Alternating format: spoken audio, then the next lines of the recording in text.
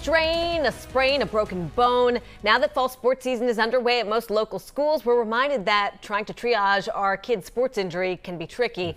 Here with advice, Dr. Ali Raja, Deputy Chair of the Department of Emergency Medicine at Mass General Hospital. Great to see you, Dr. Raja. You too, Erica. All right, Dr. Raja, about 3.5 million kids and teens in the U.S. are injured every year playing organized sports. But in your experience, how many of those injuries are true emergencies?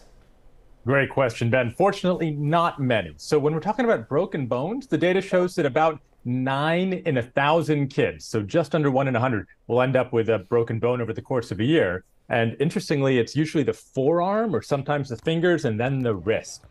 In terms of concussions, about 5 kids in every 1,000. So less than 1% will end up in the ER for any sports-related concussion. So overall, it's still pretty rare to have a serious injury playing sports in school. Okay, so let's talk about first aid at home, maybe for something like a twisted ankle. What do you typically recommend in terms of ice, pain relievers, those types of things that you can get, at the pharmacy? Yeah.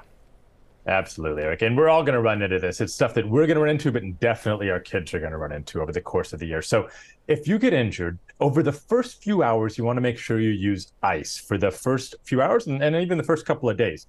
Put it on as soon as you can after the injury, and then keep it on for about 20 minutes or so. Take it off for 10, and you can put it on for another 20.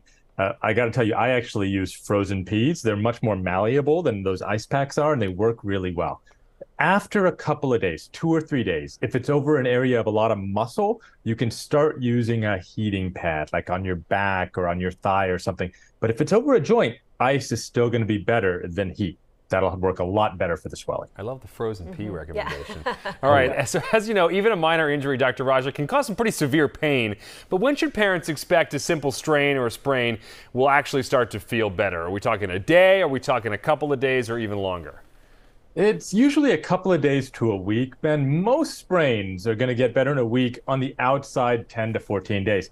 But it definitely depends. I mean, when I have teenagers who come in playing basketball with an ankle sprain and I tell them that it'll get better in 7 to 10 days, if you stay off of it, I know that none of them are going to listen to that. I don't know that I would either. They're going to keep using it. They're still going to keep playing basketball, and it's going to take a little longer. So if you can keep your kids from using the injured joint, it should get better in a week or two. Any longer than that, call your pediatrician up, get them checked out. Okay, good advice we can all use. Thank you so much, Dr. Raja. Good to see you. Thank you. You too, Erica. Thanks, Ben.